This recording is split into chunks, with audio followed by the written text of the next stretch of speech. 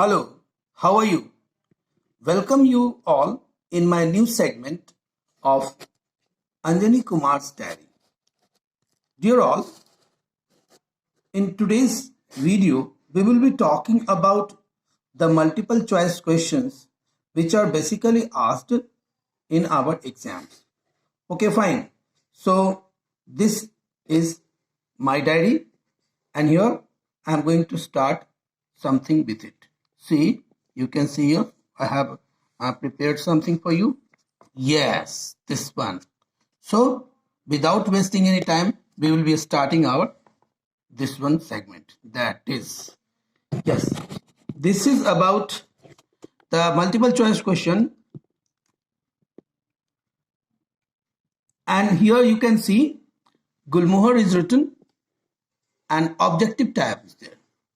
And the name of the poetry is My Native Land.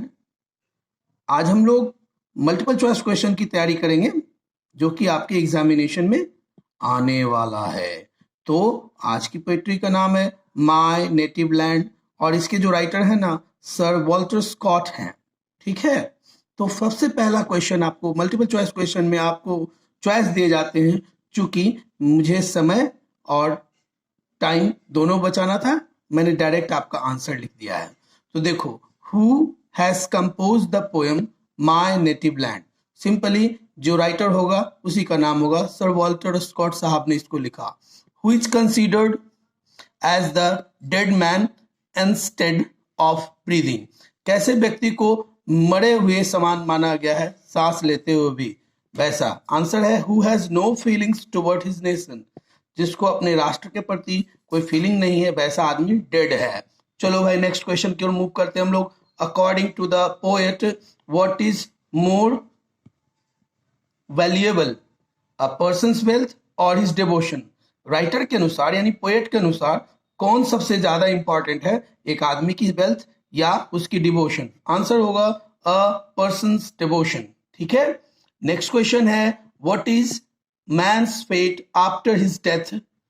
आदमी ऐसे आदमी हो जो कि जिनको अपने राष्ट्र के प्रति सम्मान नहीं होता है, वैसे व्यक्तियों का मृत्यु के बाद क्या होता है. तो लिखा हुआ है no one misses such person. ऐसे व्यक्ति को कोई याद नहीं करता है. अब नेक्स्ट पेज की ओर जो कि हमारा है गुलमोहर से लिया हुआ कमिंग होम टू दिल्ली. ठीक है, अब कमिंग होम टू दिल्ली में इसके जो राइटर हैं मधुर जाफरी हैं. तो सबसे पहला क्वेश्चन यही पूछा जाता है who wrote coming home to Delhi. Genuine सी बात है, ऑब्वियस बात है कि पहला क्वेश्चन यही होगा आपका.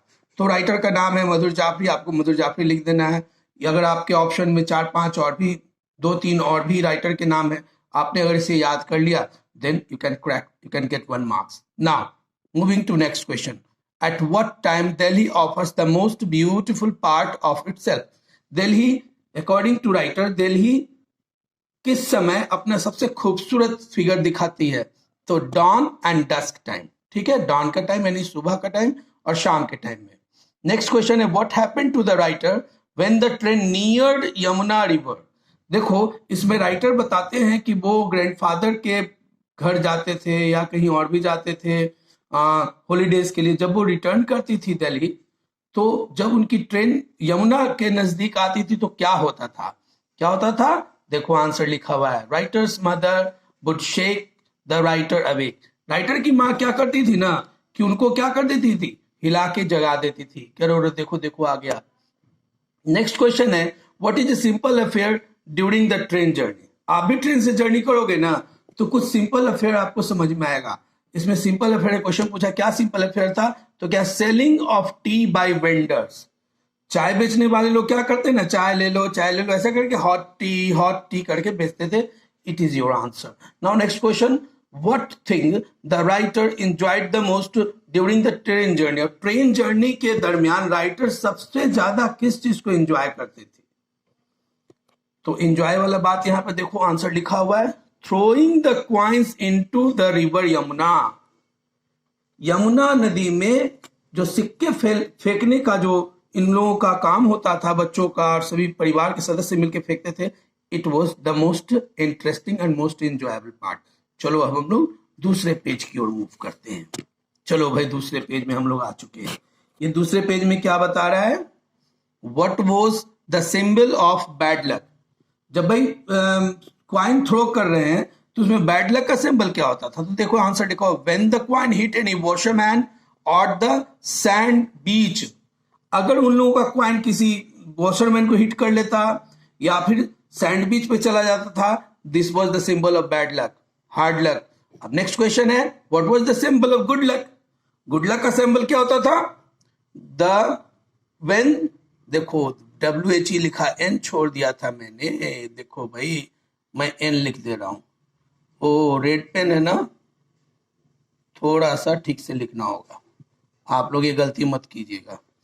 When the coin was thrown into the river Yamuna, जब इनके सिक्के, इनके क्वाइन यमुना नदी में गिर जाती थी, it was the symbol of good luck. Next question.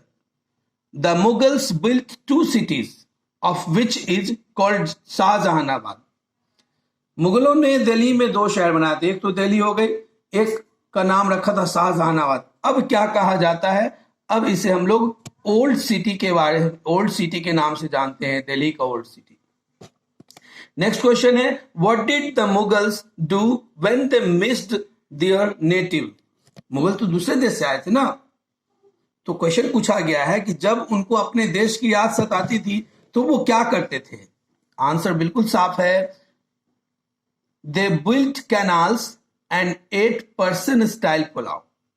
उन लोगों ने कैनाल बनाया, बड़ी बड़ी कैनाल बनाया, कुछ कैनाल उनके बेडरूम से भी होकर गुजरते थे और वो अपना पर्सन स्टाइल का खाना खाते थे। ठीक है, नेक्स्ट क्वेश्चन है, who held the court in winter in writers house. Writer के हाउस में कोर्ट कौन लगाता था, यानी राइटर के ग्रैंडफादर। कोर्ट लगाने का मतलब जो हमारे पेरेंट्स या हेड ऑफ द फैमिली ठंडी के समय में जब अपना लोगों को इंट्रोड्यूस करते हैं देश के बारे में, देश की हिस्ट्री के बारे में, यह कोट का तात्पर्य यही है। Now turning the page, coming to the next. अब क्वेश्चन है, what games the writer played. देखो PL छूट गया, फिर इसमें L लगा दो भाई। हाँ, what games the writer played in her house during winter evening. तो वर्ड गेम, ये बच्चे लोग मिलकर के वर्ड गेम खेलते थे, जैसे अंतराक्षरी होता है ना गाने वाली, वैसे वर्ड गेम होता है, लास्ट वाले लेटर से कोई वर्ड बनाना होता है। नेक्स्ट क्वेश्चन है, when would the best opportunity come during winters childhood. During writer के चाइल्डहुड में सबसे बेस्ट अपॉर्चुनिटी कब आता था, ड्यूरिंग द फैमिली पिकनिक। जब फैमिली पिकनिक पे जाती थी ना तो राइटर के लिए बेस्ट मोमेंट होता था।